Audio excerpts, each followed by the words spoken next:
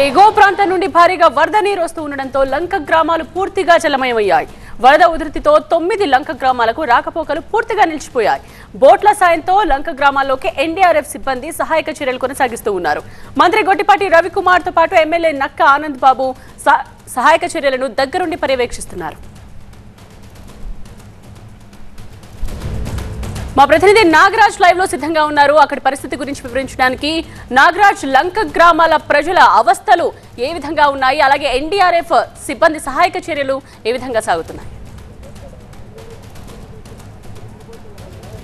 కృష్ణానది కరకట్ట ప్రమాద గంటకలకు మోగిస్తుంది. ఈ రాత్రి గడిస్తే చాలు అన్న దానిలో ఈ స్థానికులంతా కూడా ఉండిపోయారు. ప్రస్తుతం మనం కరకట్ట వద్ద ఉన్నాము. ఈ కరకట్టకి దాదాపుగా కరకట్ట పైనుంచి కూడా నీరు పారేందుకు కూడా సిద్ధంగా ఉంది. అయితే ఇప్పటికే కరకట్ట నుండి పలు ప్రాంతాల్లో కూడా ఈ విధంగా కరకట్ట మీద నుంచి కూడా నీరు పారేందుకు సిద్ధం కావడంతోనే అక్కడికక్కడికి ఇసుక బస్తాలను తీసుకొచ్చి పూర్తిగా ఇసుక బస్తాలను వేసి నీరు ఓవర్ఫ్లో కాకుండా కూడా కాపాడుతున్న నేపథ్యం అయితే చూస్తూ ఉన్నాం. గతంలో కూడా 2009లో కూడా ఇదే విధంగా దాదాపు 10,94,000 క్యూసెక్కుల వరద నీరు కృష్ణానదికి పారడంతోనే ఓలేరు పల్లెపాలెం వద్ద కూడా కృష్ణానది కరకట్టకు గండిపట్టడం, ఆ తర్వాత వాటర్ అంతా కూడా వరద వాటర్ అంతా కూడా దాదాపు రేపల వరకు వెళ్ళడం కూడా గతంలో చూసాం. కాబట్టి ఈసారి 12 లక్షల క్యూసెక్కులకు చేరుతుంది. కాబట్టి ఎటువంటి పరిస్థితులు ఉంటాయి అనేది అర్థం కాకుండా ఉంది. ఇప్పటికే స్థానికులంతా కూడా దాదాపు మన దోనేపూడి నుంచి దాదాపు తూర్పుపాలెం వరకు 4-5 పాయింట్స్లో ఇలాగా వీక్గా ఉన్నట్టు కూడా కరకట్టలకు ఎప్పటికీ అధికారులు గుర్తించారు.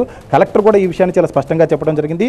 దీంతో అధికార యంత్రాంగాన్ని అంతా కూడా కరకట్ట మీద నుంచి ఎప్పటికప్పుడు ఈ ఇసుక బస్తాలను తీసుకువచ్చి ఎక్కడైతే కరకట్ట మీద నుంచి ఓవర్ఫ్లో అవుతుందో వరదంతా కూడా అక్కడ ఈ ఇసుక బస్తాలతో అడ్డుకట్ట వేసే ప్రయత్నం అయితే చేస్తున్నారు. దాదాపుగా మన పెదపులివర వద్దన్నాం. ఈ పెదపులివరకు సంబంధించిన స్థానికులంతా కూడా కరకట్ట మీద ఉన్నారు. కానీ ప్రస్తుతం పోటీ మీద సముద్రం ఉంది, అమావాస్య కాబట్టి రిసీడింగ్ కూడా వాటర్ కృష్ణానదిలో నుంచి సముద్రానికి రిసీడింగ్ అయ్యే వాటర్ లెవెల్ కూడా చాలా తక్కువగా ఉంటుంది. కాబట్టి ఇక్కడ నుంచి ఈ వాటర్ అంతా డిశ్చార్జ్ అవడానికి సమయం పడుతుంది. అయితే ప్రస్తుతం ఉన్న పరిస్థితుల్లో ఇక్కడ ఈ కరకట్ట రాత్రి అంతా కూడా గడిస్తే ఈ ఓవర్ఫ్లో కాకుండా ఉంటే కొంత ఇబ్బందికరమైన పరిస్థితుల్లో ఉండకపోవచ్చు అనేది స్థానికులు అంచనా వేస్తున్నప్పటికీ ఇది ఒక్క పాయింటే కాదు, పెదపులివర దగ్గరే కాదు. మనం కనుక చూసినట్టయితే ఇక్కడ దోనేపూడి వద్ద ఇటువంటి పరిస్థితి ఉంది, ఈ పెదపులివర దగ్గర ఉంది, తర్వాత ఓలేరు పల్లిపాలెం వద్ద ఉంది, ఆ పైన రావి అనంతారం వద్ద కూడా ఇలా వీక్ పాయింట్స్ అయితే గుర్తించారు.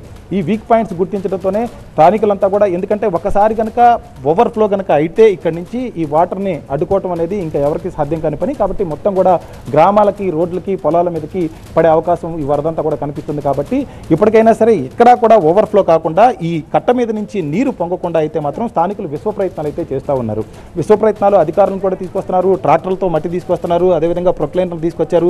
కట్ట మీదే ఉంచి ఎప్పటికప్పటికి అనేక చర్యలు అయితే తీసుకుంటున్నారు. ప్రస్తుతానికి ఎక్కడా కూడా ఎక్కడైతే ఏర్పాట్లు అయితే చేస్తున్నారో, అంటే ఈ ఇసుక బస్తాలను అయితే ఏర్పాటు చేస్తున్నారో దాన్ని దాటి మాత్రం వరద ఇంకా కూడా ఎక్కడా కూడా ఏ పాయింట్లో కూడా బయటికి రాలేదు. కానీ ఇది ఎంతసేపు దీన్ని ఇలా కాపాడగలం, ఎంతవరకు దీన్ని ఇలా ఉంచగలం అనేది మాత్రం స్థానికుల్లో అయితే ఒక ఆందోళన అయితే వ్యక్తమవుతుంది.